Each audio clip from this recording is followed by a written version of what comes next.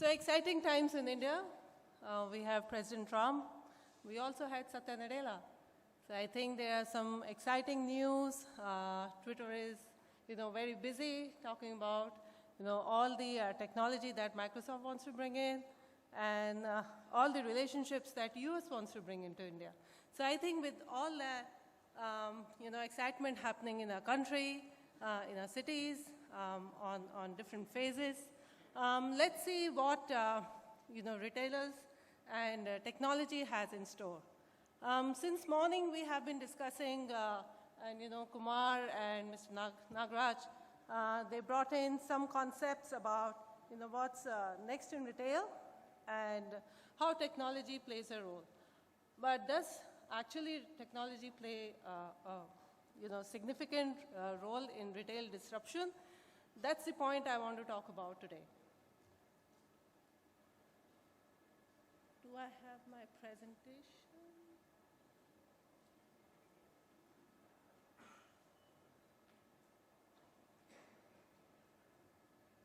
I think they are still putting it on. So while they get my presentation on, let me talk about Blue Yonder. I don't know how many of you know about JDA. It's a household name with a lot of retailers all across the world.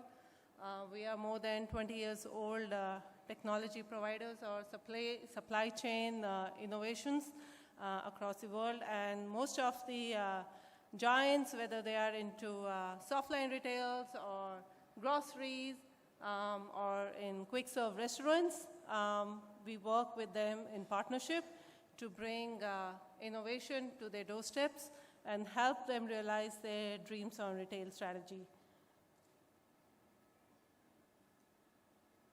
Okay, just like my friend from KPMG said, we have to keep turning around.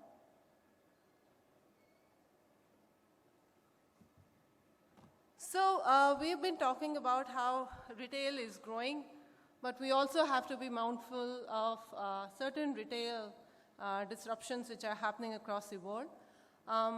There are big retailers who are very successful, like Toys R Us, Forever 21, which have gone recently bankrupt.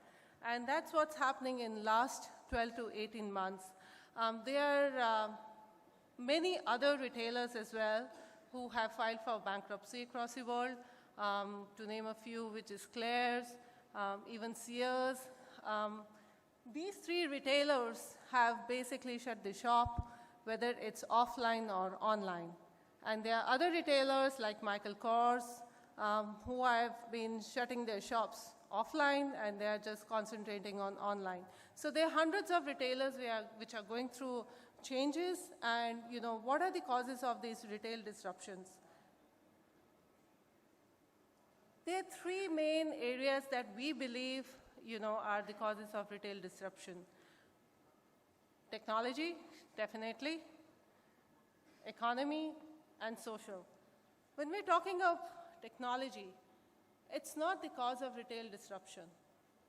It is, I would say, it's an enabler which can help you tide over the retail disruption. So we spoke about AI/ML. We spoke about data science a bit during the, the panel discussion. It's all about the customer-centricity. So I have been attending a few of the, presentations by Satya. And basically what he says is that every retailer has to be an AI/ML shop. So we need to be close to our customers. We need to understand, so if there is the smallest signal that we understand which can bring us close to the customer, we should be using this. Nowadays, the millennials, they are born with, I would say, a smartphone in the hand. So we have, shops in the hand, and we need to be closer to them. So that's a question that we need to dwell on. At what time, we use cloud and mobility to bring the processes and bring our assortment and bring all the innovations into the store and online with technology. But is really technology this disruptor? What we understand is A lot of retailers are acquiring technology, which is maybe to improve their price optimization, inventories, forecasting accuracy, and a lot of these technology trends are just going to help you bring in more innovation to enable the disruption. But what is actually disrupting is a new wave of retail trends, the Grabs and the Ubers of the lot. We see that home delivery and BOPIS, which is basically buy online and pick up in store, as a new trend. But do we believe that people who do, or the retailers who do home delivery are making any money? No, they are not. There is not a single retailer who is delivering your goods at home making any money. But what they are looking at is providing customer service. Another trend that we are seeing are the hard discounters. There is a company called Aldi in Australia which came in about, let's say, 7 years back. And they came with a very, very smart hard discount format. They just concentrated on 1,500 SKUs. They were very clear that that's what they're going to focus. And at that point in time, there were large retailers like Coles and Woolworths who said, well, I don't think so. They're going to stick around. And now they have more than 500 stores in Australia, and they are there to stay. So hard discounts, hard discount formats are the new disruptions which are looking, in our country as well. The other thing is the mass promotions. Now, every retailers know how to do mass promotions. That's what they've been doing, for years. But there are certain researchers which also show that is mass promotion efficient? What percentage of your promotions are efficient? 30%, 40%? And that's something that we are looking at, points to think about before we get into mass proportions. The new consumption model, and I'll dwell a little bit on it again. Direct-to-customer rentals and subscriptions. They are something which are coming into vogue, and we need to understand as retailers that how we are going to support our supply chain to support these kind of new models. So the entire economy in retail, which is basically getting pushed around because of these giants like Amazon and Alibaba. These giants are investing billions of dollars in research and R&D, and they are basically making sure that they have parallel business models to fund their current online retail formats. So for Amazon, they make their money out of fulfillment centers. Alibaba shares or sells data to retailers, which tells them how many of their customers, what have they been browsing, what are their add to carts, etc. So these are some of the trends which are basically causing the disruption. Social, and that's the heart of it. When we say customer-centricity, it's the millennials. It's not growing, it's booming. So when we say middle class are the Gen Next. What do they want? They are born in an era where they don't trust anybody. They don't trust the news. They don't have any loyalty factors. I don't know whether I would be saying that I'm lucky to have 2 millennials, my kids. And they come back with strange discussion saying that, hey, I'm going to take a break here after I do my college. In our times, did we ever hear about those things? Or I'm going to rent a shirt, Really? From where are you going to do that? So these are the millennials that we are talking about. And these are the millennials which are basically very tied to communities. So if they don't have a kind of jeans or shoes or a color of shirt with a different kind of a collar, it's as good as like they're going to die. They need that yellow color shirt or those jeans with some kind of different patches which are going to make them a part of community. So the millennials are our new customers, and they are the people who are driving the entire retail disruption. And it's these millennials who are wanting to have the customer centricity and these millennials who want us to focus in customer experience. Now, talking about customer experience, personalization and personal. When you get onto online e-commerce platforms, there's a lot of recommendations that you see on your browsing behavior, on what you would have bought, on like to like, but what do you do in store? How do you make it personal in store?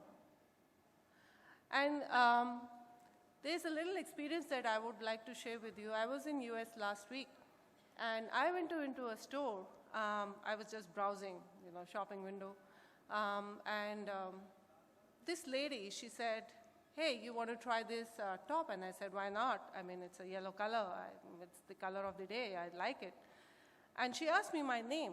And on a little post-it, she actually put it out on the trial room, Reema. And after maybe 60 seconds, while I was trying the top, she comes and say, hey, Reema, would you like me to get you some more stuff, a different size, or a different color? And I think it doesn't take too much effort. I was sold on, and I said, why not? Somebody is being personal. And when I walked out of the trial room, she was there standing to see and recommend, what size, what color, what shape, would suit me more. And I walked out with 3 dresses wherein I had not even thought of buying anything. So I think these are small things that the retailers have to think. That's the trends which we are seeing out to make it more personalized, in-store personal experience, and the social, I would say, element of the associates. And this has been, kind of cemented by a report wherein, John Lewis, they are the big retailers who have basically said that while there are other online retailers or, large giants who are basically investing in drones or even in robots, this company is investing in social associates.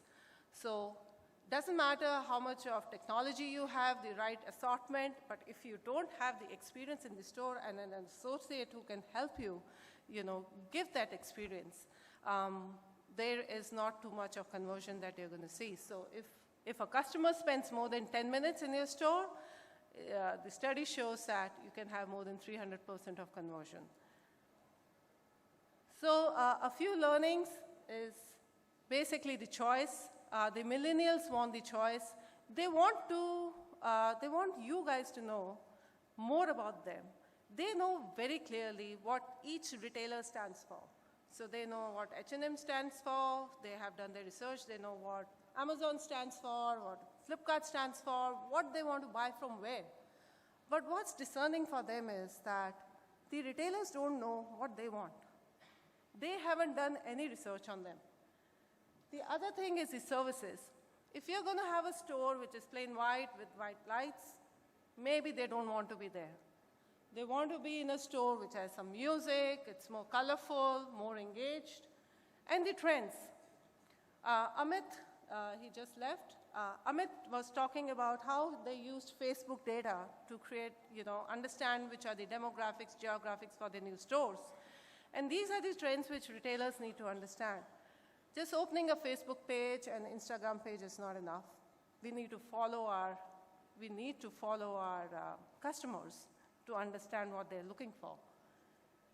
And we can't wait for it. What we need to do to be, a part of this retail disruption is adopt a lot of these, areas now. Otherwise, we'll be swayed out.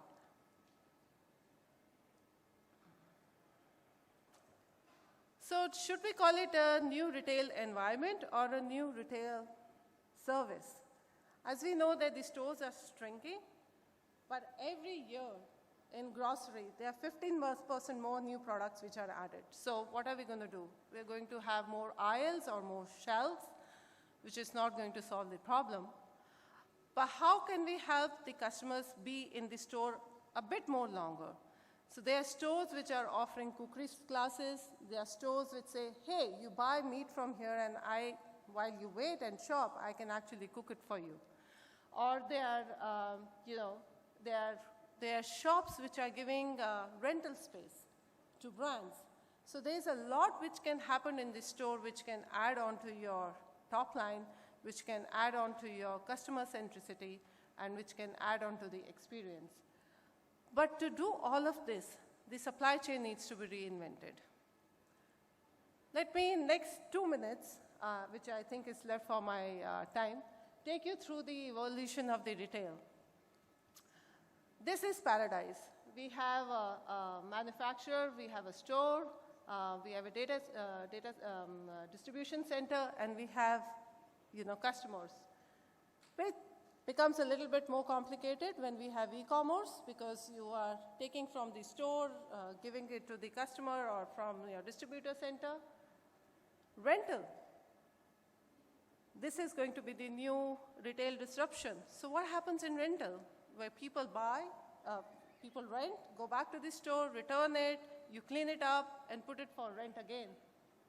Subscription. It's a trend happening in US where a Fin Shoes kind of a company, gives a subscription for $50 a month for a family, and the full family can buy up to 5 pairs of shoes in a year. Are we thinking about the subscription as a new retail model? Direct to customer. Gillette and P&G are now opening it up for the customer. So I can buy a Gillette razor, or I can buy a shampoo direct from customer. And think about Woolworths. What they want, a direct to customer, 10% of their outflow directly to P&G or Gillette. Maybe, maybe not. The customers don't need to go to the retailers anymore if they want these stuff. And the second hand, there is a second hand market, which is also coming up. So when we're looking at the supply chain to support all of it, and the last one is made to order, I heard Kumar talking about the 3D printers. So if you go to Decathlon, you can actually, look and design your shoe in Singapore, and in 2 hours you get the kind of shoe that you want. Are these very futuristic? No, they're not very futuristic, but yes, they are in future. So when we are thinking of, opening our retail shops or business or whatever, we need to understand about the retail disruptions, which is, yes, though technology is a part of it, but it's not, it's just an enabler. What is it for the customer? Customer doesn't understand that you guys need to do all this. For the customer, it's a store where it's going to rent, it's going to buy, it's going to do pick up for e-commerce, it's going to made to order. They don't care. They just want the service. So that's something that we need to keep in mind when we are doing our strategy. Just to summarize, nowadays, seamless supply chain pillars will include speed of execution, data centricity, flexibility, efficiency, granularity, and collaboration. Very important is collaboration with the third party.